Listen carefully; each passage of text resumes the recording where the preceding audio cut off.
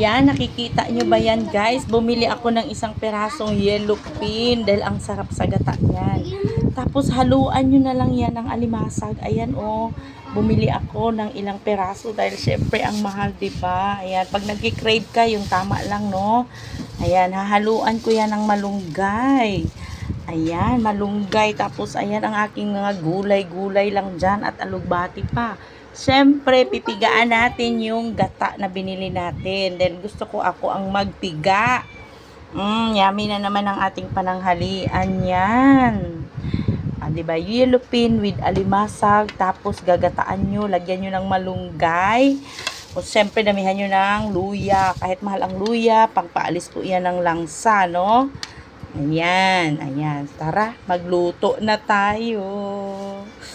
Wow, ang sarap na. Mapalamo na naman ako nito, guys.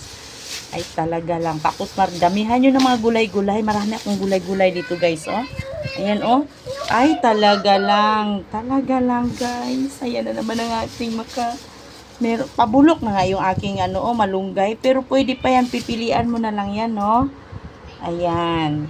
Okay, that's all our menu for today. Today's lunch. Bye! Thank you for watching. Ayan. Magluto na tayo. Ang sarap na naman.